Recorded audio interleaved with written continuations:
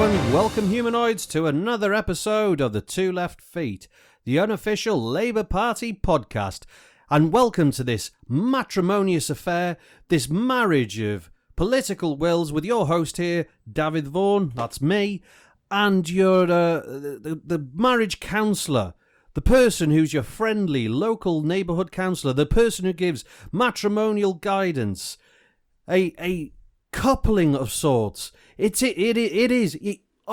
is coming for you to wedge you in the best marriage that anything could possibly be done. He's gonna get marriage done, I tell you that now. It is Cllr Jabez Oakes. Hello, Jay. Have an annulment, please.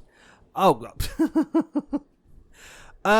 possibly. Hello, and this is a happy episode. This is a great episode. It's the greatest episode that's ever going to be. Because there's just too many memes. I don't know which way to go. No, don't use this episode to, go after a happy couple who looks so very happy. I am. Sorry, I am going to go after them.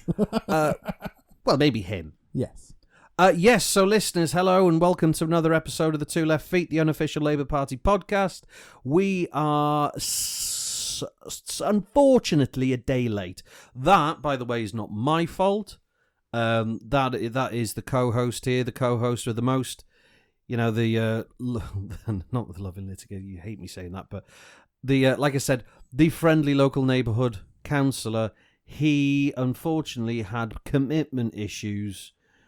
Especially in this matrimonial week, commitment issues on being able to record this week's episode. So I'm putting the whole blame on you, Jay, for this being late. The listeners deserve more. And to be fair, they deserve damn sight better. Yeah, that's fine. I'm okay with that. They're just going to have to feel bad for a bit, and then I'll be...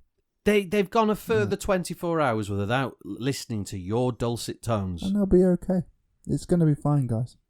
You're going to listen to this, and then it's all going to be back to normal. I don't feel. I don't know if things are going to go back to normal after listening to this. Sorry. Yeah. I'm just looking at what we're talking about. Yeah. Well, no, we never make plans of what we're going to talk about, even though it is. I mean, giving the game away about what we actually do before we record this, there's a brief moment where we go, what should we talk about today? Well, what's happened this week? And we were looking at last week's list as well. I mean, we were talking before, well, you mentioned it before, the situation in Belarus is still ongoing. I think so. I haven't heard anything about that this week. Nothing, it just sort of, after we recorded last week, it sort of died off, and I suppose he's going to sit in a Belarusian prison for forevermore. Hopefully not.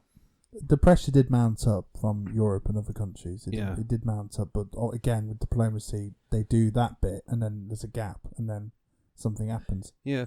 Anywho, so this week's tale of political tape, and one of the things, even though this is a very friendly, very coupling, very matrimonial, very happy episode that we're doing today, this is the episode of matrimony. But there are comings and goings with it too. So I just wanted to say, given that Boris Johnson, the big Johnson, has finally got hitched again, what do you reckon's the biggest part of Boris Johnson's week been so far? Dominic Cummings.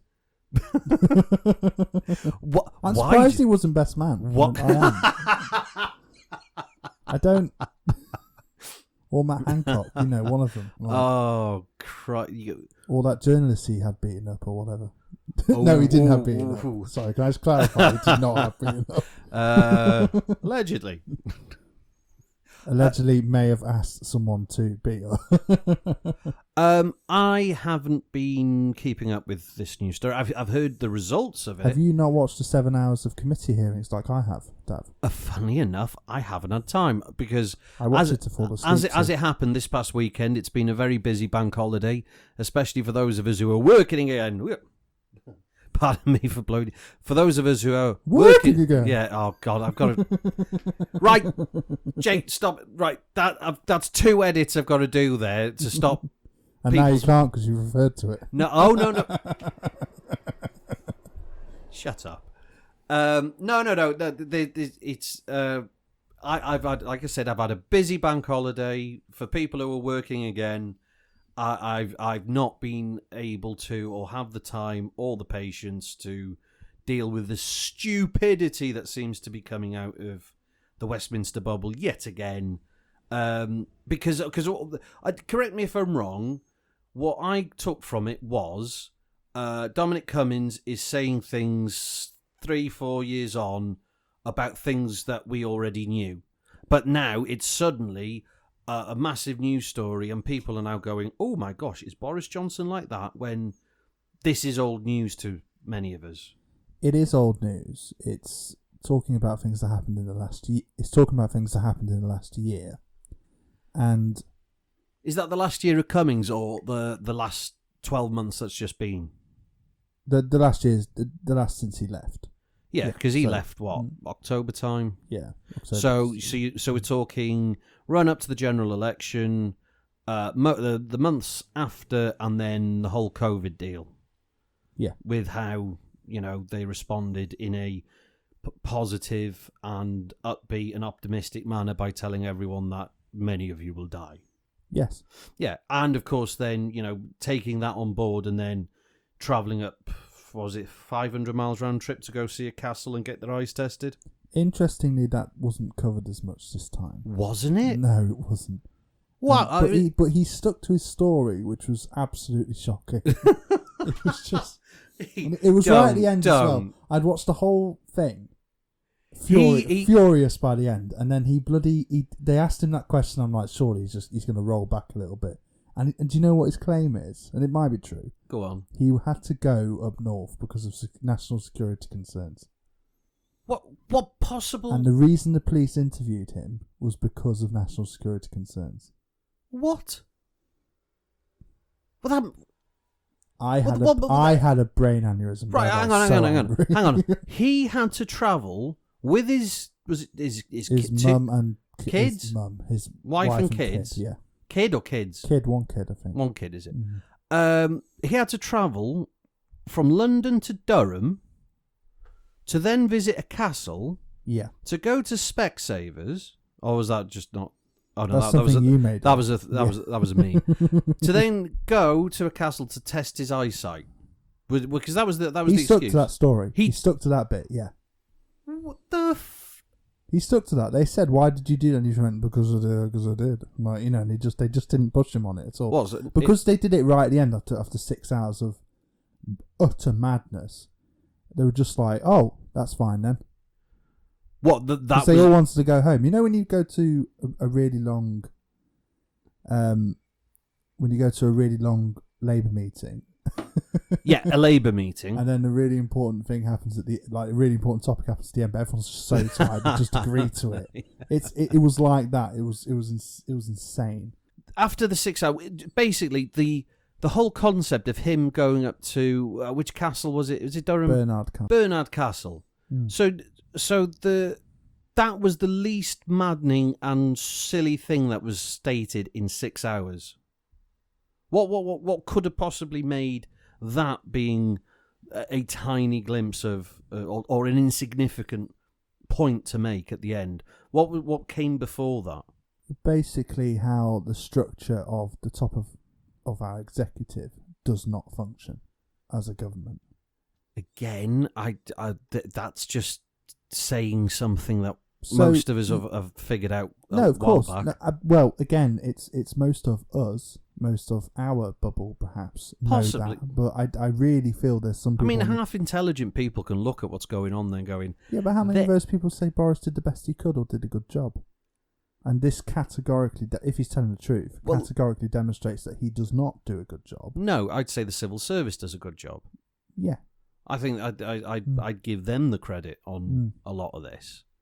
But then, okay, maybe the civil service have sort of led what that executive down the path and go, the whole you could do this, or you could do this, and the middle option's the one they always want you to go for. And if you're very brave if you do the other two, maybe they have done that trick on him. But the problem is, and we know this, if you watch any sort of political comedy, this is demonstrated. There used to be two sides to government. There was the civil service, and then ministers.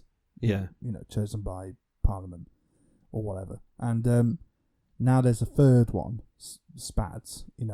Political advisors who are involved. The special advisors. Yeah. Cummings is one of them. So he's not a civil servant. No, he's a special advisor, or was a special advisor. Yeah. And their role has become more and more and more important.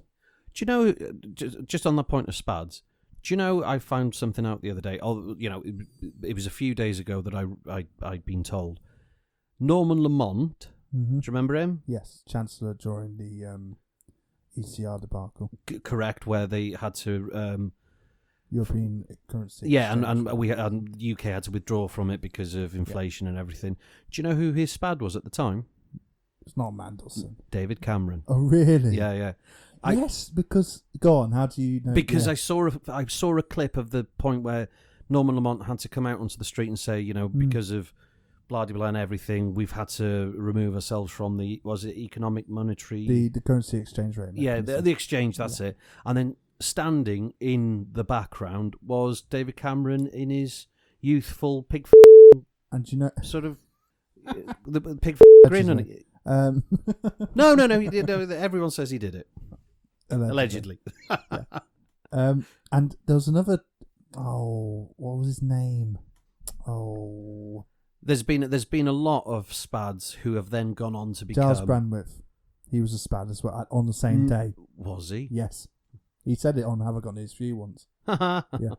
Okay. All right. Yeah. And it's amazing how this sort of SPAD network ends up becoming, tomorrow's big politicians. Yeah. George Osborne was. Yes. Osborne was a SPAD for Major when he was Chancellor. Yep. And I think John Major was for someone before he was an MP. We'll have to look back through history, but... that would have been probably Heath's government then. Could be. Don't know. It would have been around then. And then, of course, then Ed Miliband was for Jack Straw, I think. Yeah.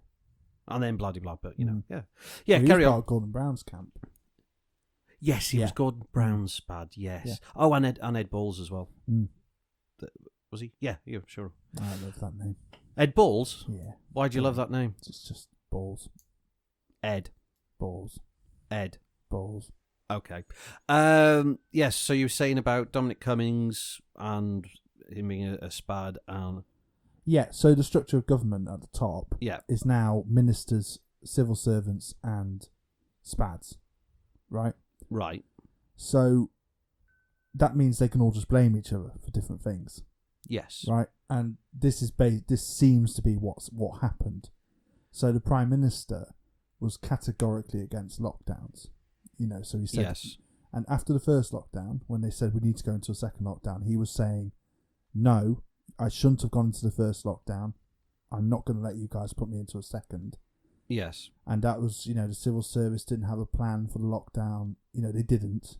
This is all what Dominic Cummings says. He was combating the whole situation, but he also says in this interview hearing that he isn't good enough to be in the position he was. He basically admits that he's not clever enough to be in that kind of position. What? And he may have done that. I agree with him, actually. I don't think he's clever enough to be in that position. But I also think he was doing that to basically say none of us are good enough to be in these positions. We are all shit. And that was just... So Cummings was basically saying that the whole of the executive at the top of government is completely incompetent. Is that a way of him trying to steer away from it, or steer the target or the gaze upon him away from himself? Because people would then say, "Oh, well, he's admitted that he's no good, and he's just telling us how no good the rest of them are." Yeah, I think it is part of that strategy. Rather than bigging himself up and putting himself over. Well, he's never tried to do that, and that's one of the... No, that's one of the enigmas. Yeah, because he likes sneaking off into the background. Sneaky, skulking, He also said some pretty mad things as well. And, as Spitting Image portrayed him as some weird alien who sucks the brains out of various children and goes on eye tests. But anyway, what else was said? He said that with the vaccine, he wished they had got volunteers to just trial it immediately. Well, I thought they did. No. They still did, legal human trials with proper safeguards, all that sort of stuff. Yes, because he was arguing for just get a load of volunteers, just get them to take the vaccine. If they die, and I'm almost verbatim quoting him. If they die, give £1 million to their families or whatever. Oh, so absolutely mad. Like from reading his blog and stuff, he has some pretty mad, courageous ideas. A civil servant would say. Courageous, and it's bloody horrible some of the stuff he thinks. But if he's saying that the Prime Minister, who is utterly obsessed with media, utterly obsessed with the decision, flamboyant, not making decisions, bathing in chaos, enjoying the chaos, is terrifying. And he also apologised for the 130,000 who died. He apologised? Yeah, he said it was needless and it was partly my fault. I'm sorry. He said that at the beginning. Yeah. He also calls Matt Hancock a liar a lot. Lying about what? Just everything. From the PPE, through to test and trace, through to the vaccine, all of it. He just lies about who's responsible and what's going on. Right, I know this came about over a bank holiday when most people were looking the other way. Yeah. Because and getting married, yeah. But how is this not bigger? Because how is this not bigger news? Because people are really concerned at the integrity of the witness, if you like. They don't find him credible. They think he may be trying to just completely just because they reckon he's salty. Yeah, which he is. But you can be salty and still tell the truth. It's just. But then with this hearing, is this an inquiry? No, it's just it's. Why was he called into a hearing? It's not a hearing. I used a term. A term. Yeah. It was just a committee meeting. Several committees. Like a select committee. Yeah. Several select committees met in a hybrid format to question him. So it was just a group of MPs who called him in. Yeah. To discuss, including Jeremy Hunt. You asked some very pointed questions, in my view. Like what? I can't remember. Well done. But they were pointed. They were good. It was 7 hours long. I have to shut your face. Any other memories of the 7 hours that enraged you, or was that interesting? It enraged me in the sense that I was astonished that how awful, if it's true again, how awful Boris Johnson is. You can't say that. Why? Because it's his wedding week. I couldn't give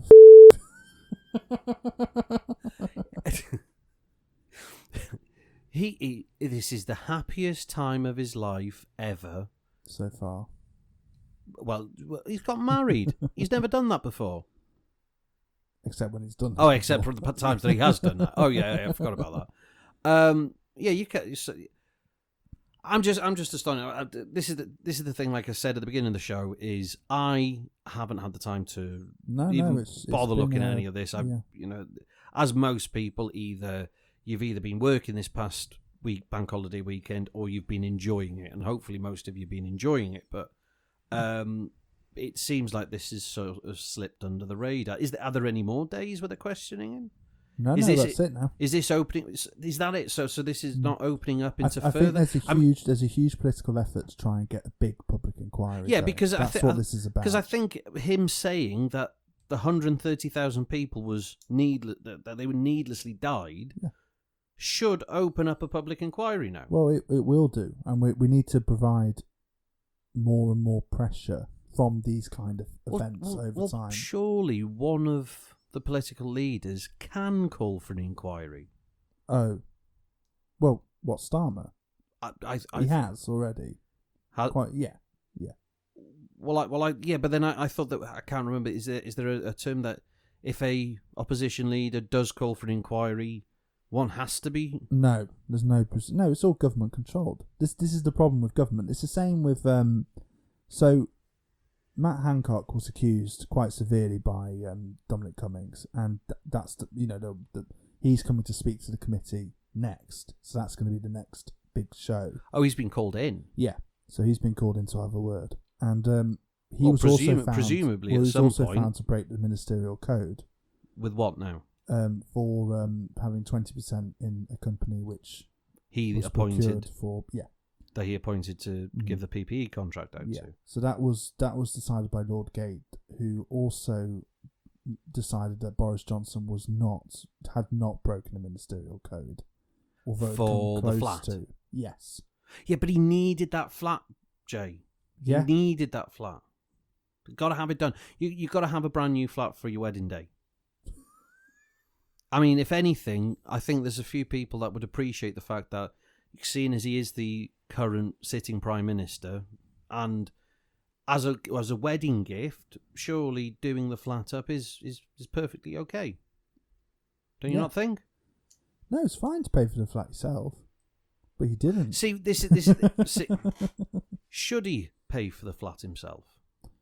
That's because that's a separate question, and not what the issue is. No, it's not. But it is. But it is another thing that it's sort of on that question of the private residence isn't private residence. It's not owned by the person who's sitting Prime Minister. Well, that's another point Dominic Cummings made. He said it's madness that that the centre of government is in a terrace house in the middle of London. It really was like a, Yes. He was explaining how it is just crazy. It is absolutely insane to run a government that way. But then... And then to put the private flat in there as well just seems bizarre. Well, in all fairness, other countries do something similar. I mean, old mansions that they get used for government use, and well, the White House, for example, is huge. It's like Buckingham Palace. You could run a government from Buckingham Palace. Well, okay. Downing Street. Well, seeing as Downing Street's right next to Buckingham Palace, how about they do a swap? Yeah, straight swap. Yeah, straight swap. She'd probably like to downside at this point, wouldn't she? Well, hang on, isn't it that there's 3 other palaces on the Mall? Yeah. Why didn't she move? Well, take one of those. Well, she has like 8 other palaces across the country as well.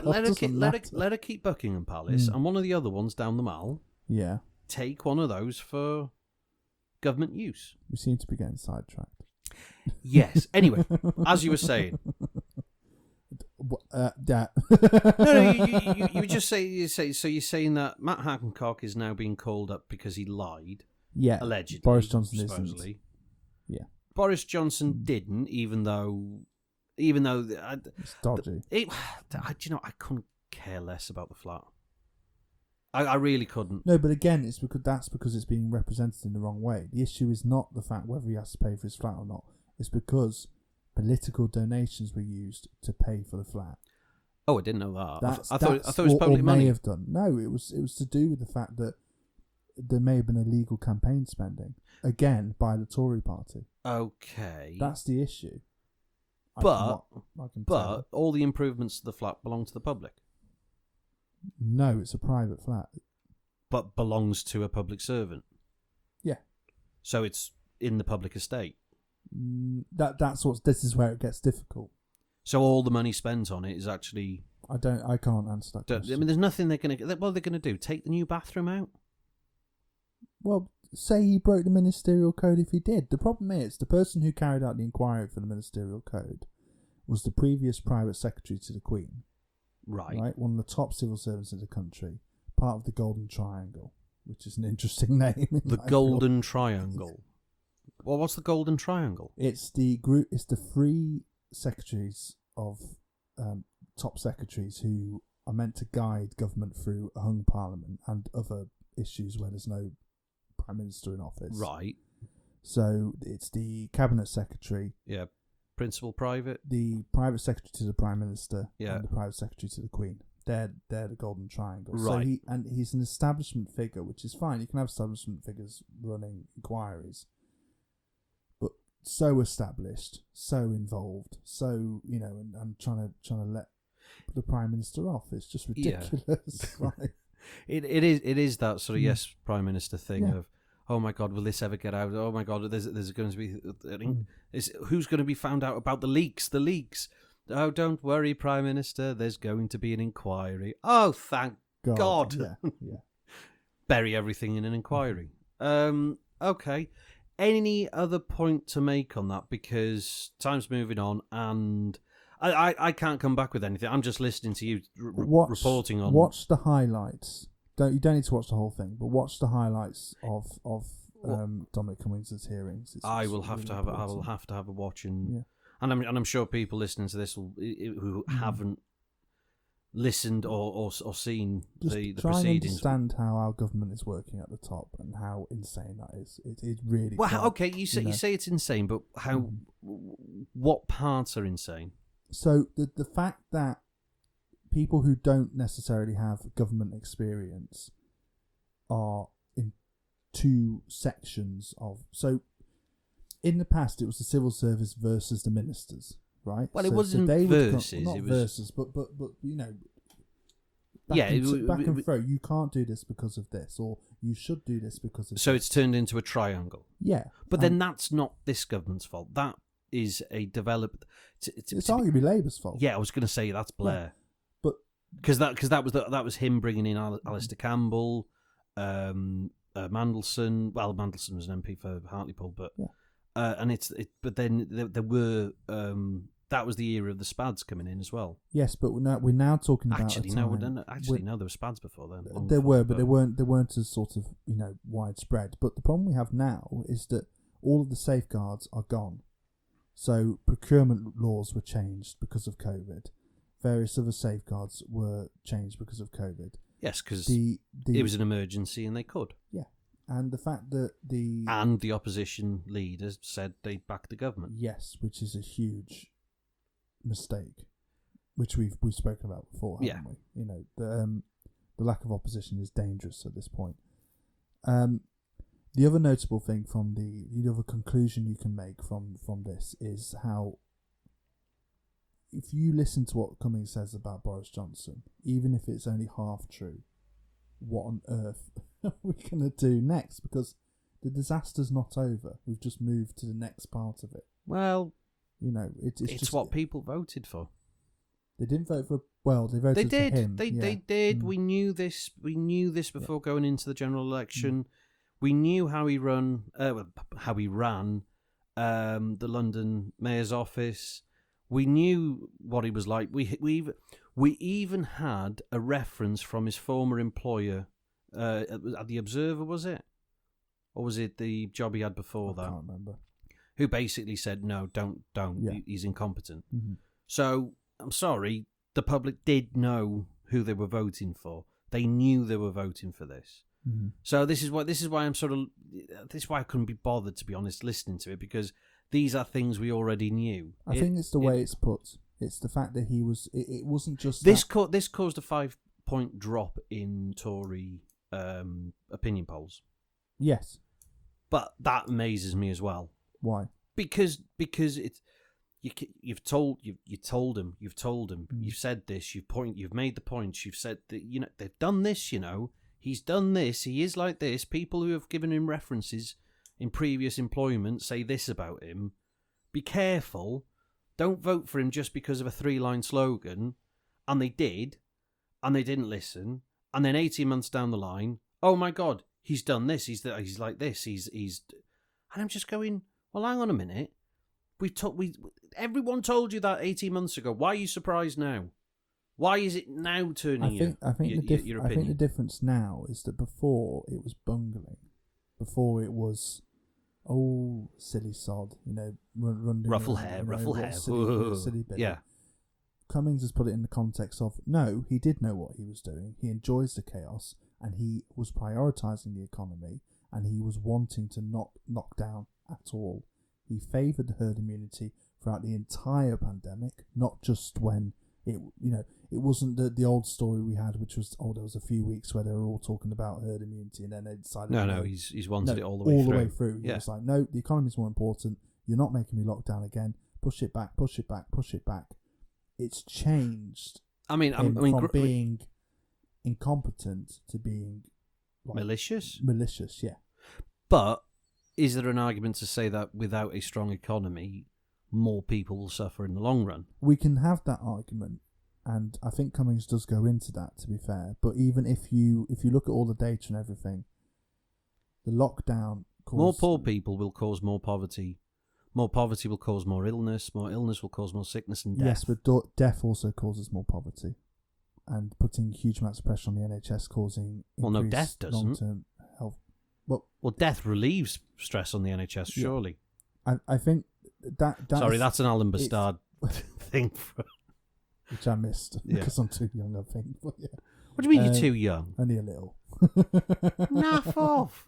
Do you know my reference for Alan Bastard is from the alternative vote referendum when they used him in the that's my not the original. Yeah. No, but we miss Rick Mail. We Anyway, some of us do. No, I do. No, I do miss Rick Mail. That's not fair. That's not fair.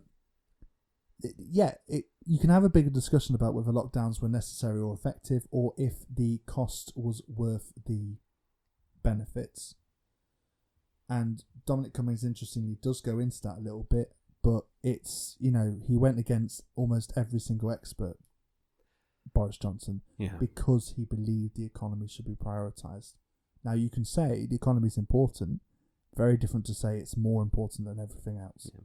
Right, okay, I think anyone who wants to watch that, go watch that. I'm sure the highlights are on YouTube or some you just other Google place. it. Yeah, they'll be up there somewhere. I'm probably going to have a listen to that before long and actually go, like you say, go through the highlights. Mm-hmm. Other things this week. Talking about the opposition, did you see the Piers Morgan interview with Sir Kier Starmer? Yes, I did. I didn't. Again, busy. Yeah, bank holiday. Just to point out, I have a 9-to-5 job, and but you finish really at doesn't 5. have a Dav really doesn't have a 9-to-5 job. No. He has a whatever hour he is needed job, which makes it more difficult. I'm like Superman. Yeah. I go where I'm needed. Yeah. But he really ought to keep up with the news, considering he does a current affairs podcast. But it's anyway, not. This is current affairs. Current affairs. We did a podcast about David Lloyd George the other week. Yeah, and we did a podcast about an election, a 20-year-old election as well too. A referendum, in 1997. Yeah. I don't know about current affairs. Okay, as current as we can possibly make it. Speaking of which, wait till the next episode. But but yeah. So I've seen the comments of what came after. When was it broadcast? Was it last night? Last night, yeah. So it was Tuesday night, because we were recording this on the Wednesday because Jay couldn't be asked. He was too busy watching. He was too busy watching last night's interview with Piers Morgan. And sorry, just a natural reaction there. And Sir Kier Starmer. Starmer, yeah. Yeah. So everyone seemed to say that. Well, there were two different points of view.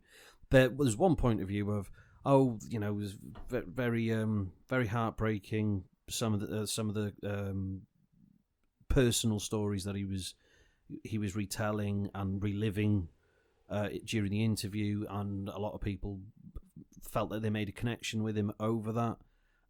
The alternative opinion is, why do we want a crybaby running for number 10? Now, I haven't seen the interview, and I briefly know. I think, was it to do with the passing of one of his close relatives? Is that true? You see, this is the thing. I saw those comments, and it made, because I wasn't going to watch it, and then I saw those comments that was basically, oh, he bloody cries. Oh, isn't that, interesting? And I'm like, oh, God, watch this. Bloody robot Starmer crying. He doesn't cry at all, no. So why is everyone saying that he was a crybaby? Because he clearly has... Or this was very emotional because he shed a tear? He has a bit of a lump in his throat because they're talking about quite not just saying, oh, your mum died of this horrible disease. Oh, was his mum? Yeah. Okay. She's had her entire life. Right. Still's disease, which is horrible. like not. What is that? It slowly like just destroys your body. That's what it does. Okay. I don't know the details, so but more awareness. Obviously, there should be more awareness of it. So look it up. But all right, I will. No, not you. The the humanoid listeners out there. Yeah. And you should look it up. No. Okay. Yes, I will do. But no. And yeah, he got a lump in his throat because it wasn't this. And this is why these interviews from Piers face is quite interesting, because he does really go into stuff that really shouldn't be discussed on telly. Probes. It's probes really and quite prods. Probing. But yeah, and after talking about his mum for 5 minutes on national television, he gets a lump in his throat. Well, I think that's perfectly reasonable. How long was the interview? Well, how long was About it? An hour long. So it was aired. So obviously the interview was long, and they've cut it into an hour. But and he spent 5 minutes talking about his mum. And talking about the whole talking thing. about the disease and talking about how she died and how the bit he got upset about, I think, was how his dad couldn't go and see them because he had to stay with her in the hospital. And right. He wouldn't leave her. Okay, yeah. And how he's done that through he's never been able to leave her, and he got a bit upset at that bit. And he didn't cry. He just he got a bit like, why? He just needs a break. Okay. Why has that been the big thing that's come out of because we can't deal with our emotions anymore? Some bollocks, I don't know. Because it just seems like an odd thing that was the biggest thing to come out of an hour-long interview. Because I understand the interview went into that subject because Piers Morgan probably felt that a bit more of a background biography into Kier Starmer would help. Yeah. Understanding him, which I well, the interview's potted with clips which they've prepared, so clips from his friends. So they knew what the subjects were coming up. Yeah, and sort of building a sort of picture story. Yeah. And he adds his views. Kier Starmer's arc. Into the position. It's a bit like This Is Your Life, but without a big red book and applause. Mm-hmm. And a surprise at the beginning. I used to love the surprise in This Is Your Life. Yeah. Again, before my time. Oh, shut up. So okay, take that to one side, because I personally think that's irrelevant. What other big things came from the interview? What big impressions did he do well on? Things that didn't sit well with you? I mean, because I can't believe that the whole hour-long interview, the whole big crux of the moment was this 5-minute piece. Well, he wouldn't confirm whether he took drugs in uni. So that's a yes. Yeah, so Piers Morgan pushed him on that and said, oh, well, have you done it or not? And he said, I'm not saying whether I've done it or not, but I had a good time at uni. Okay, so and I thought that was, Yeah, But the problem with Kier Starmer is that, and he did a Lad Bible interview as well, where he does similar things. You said this a few weeks ago. Yeah, and he is a comparatively normal bloke. He does seem like a normal bloke. He gets very intense and weird when he does his lawyer shtick. Yeah. Which, we all do, when we're public speaking or whatever. No, we don't all do, Jay. You do. And Kier. Okay. And others. Okay. And you, a little bit. What do you mean, me? You go all wrestler announcer. It's great. Yeah, well, brilliant. Hang on a minute. I draw upon the strengths that I know and hold within myself. Yeah. And I don't. Listen. Those sort of speeches, they're not speeches. They're promotional pieces. And I don't use promotional pieces unless it's. I think with Kier Starmer, it's a different oratory. Yes, and he can't. He really needs to learn quickly political oratory. He really does, like super quick. And do you mean mixing what mixing what I do and you do in a way? Yeah.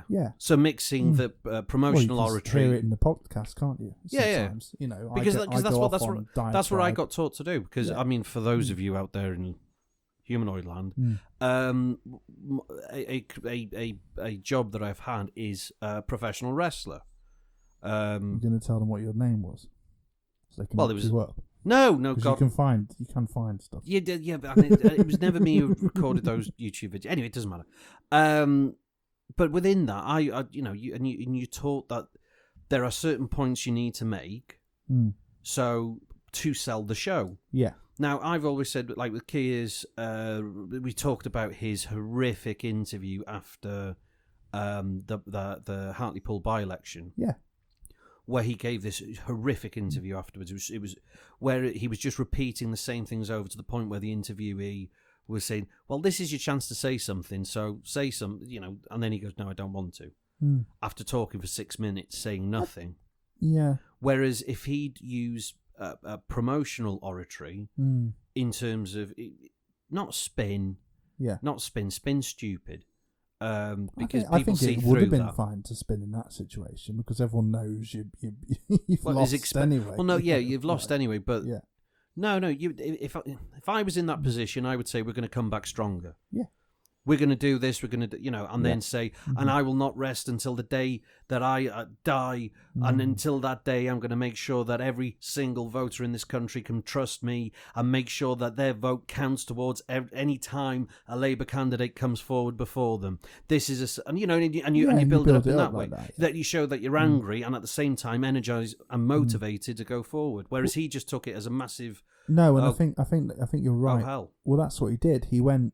He just, he sort of shut down in that moment. And when you watch this interview, you perhaps go back and look at that and you think, maybe he just didn't deal with that situation because he was really upset.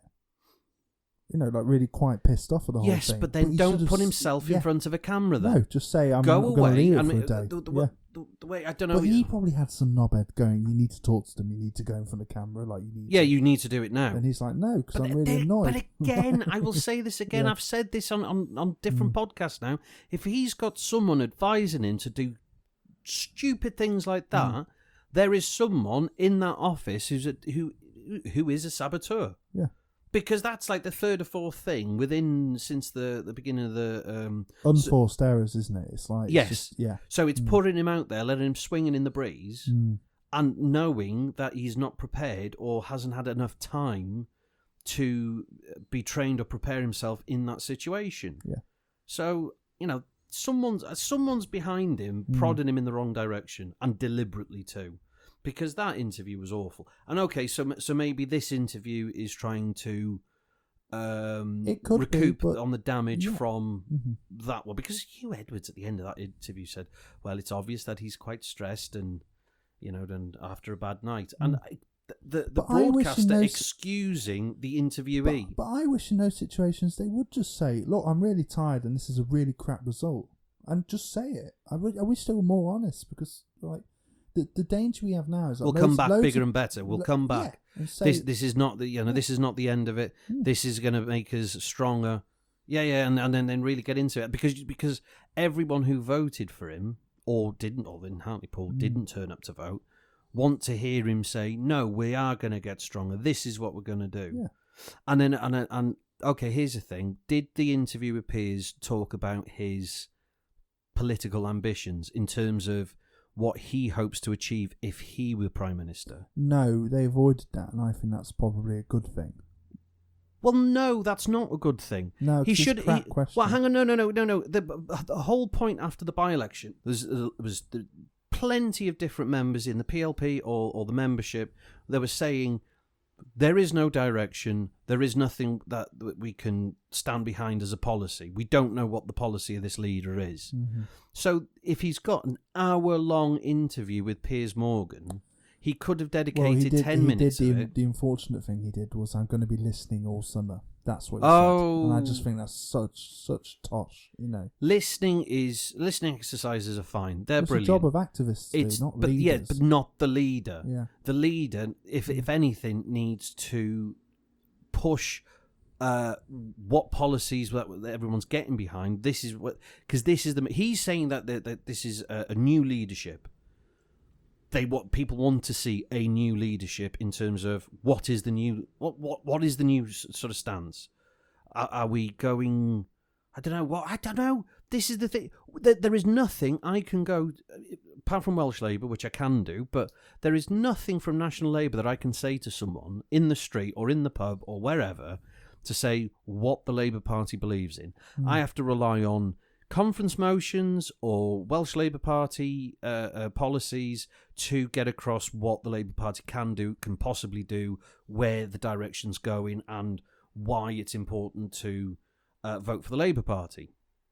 When it comes to Starmer so far, he had a cracking opportunity to get one policy over, two policies over, and talk about those, and they're a real passion. One justification he made was, sorry, it's all coming back to me now you're saying it. The justification, Go on, carry on.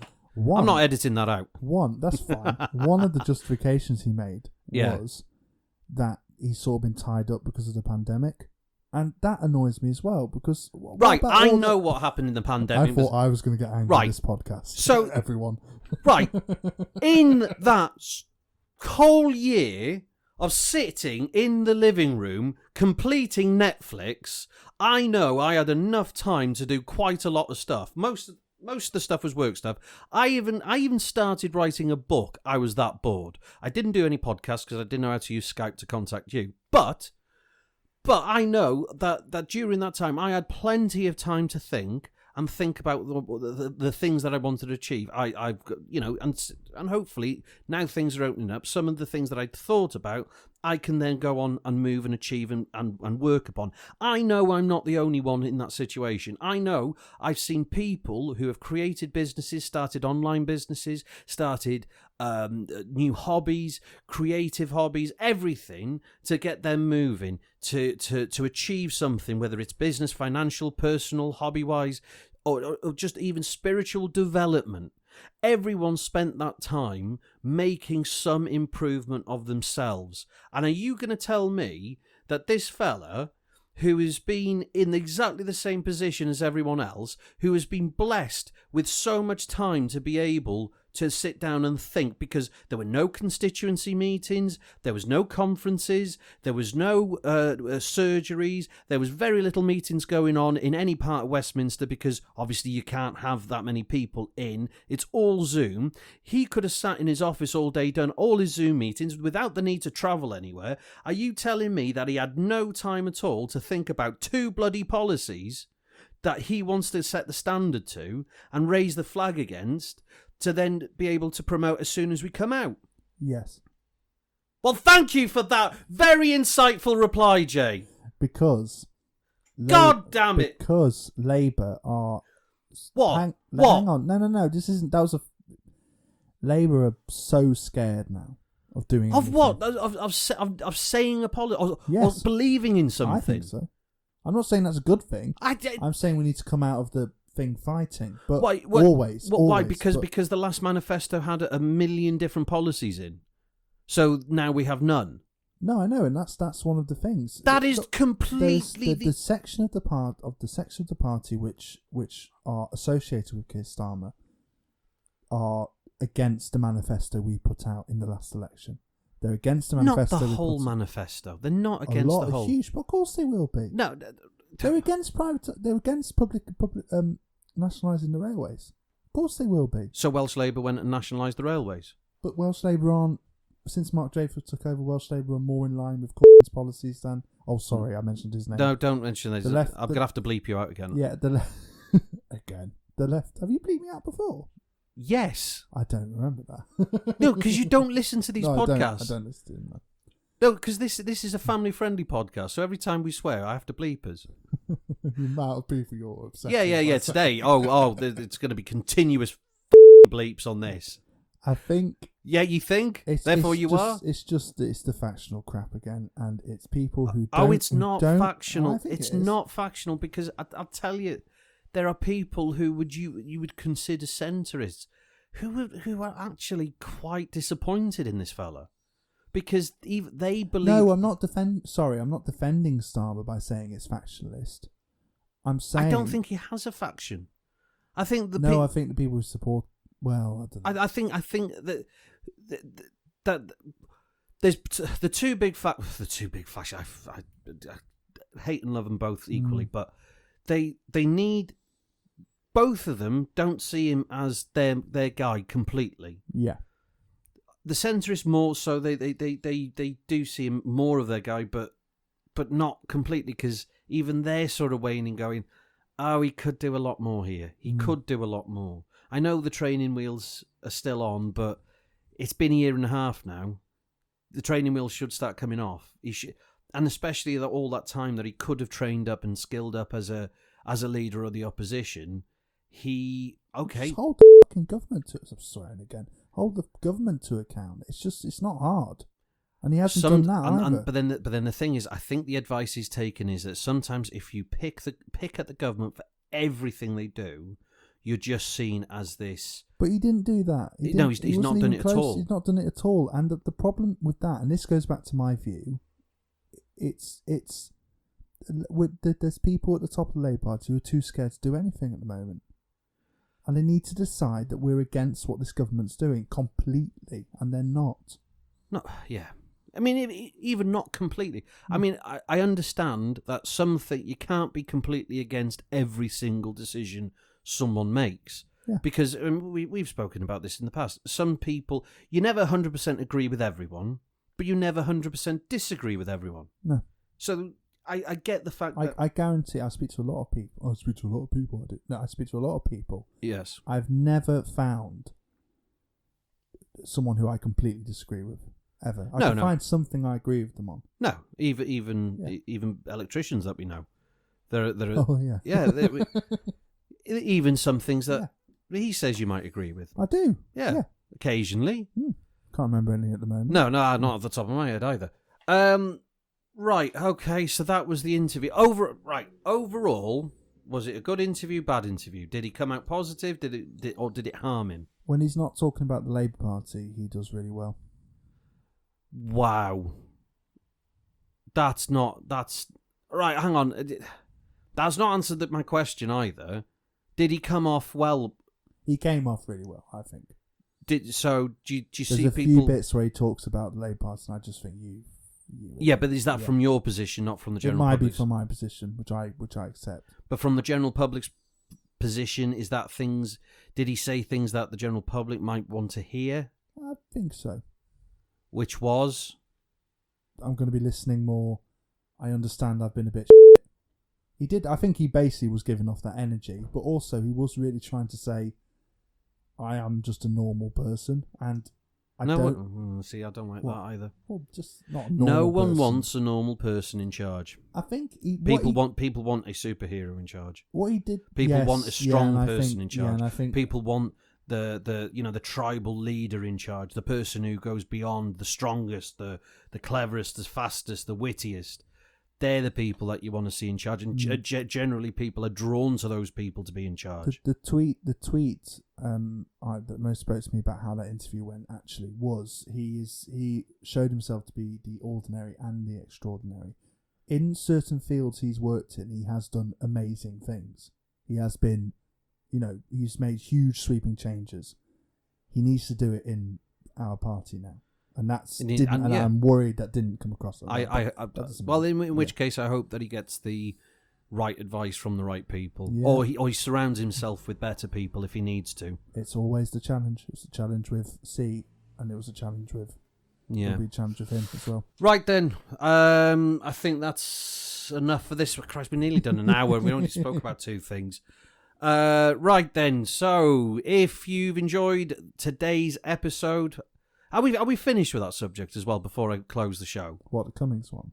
No, not the Cummings one. I know you can go on forever. But I mean, in terms of Kier's interview, there's nothing else you don't want to add to that. No, I think.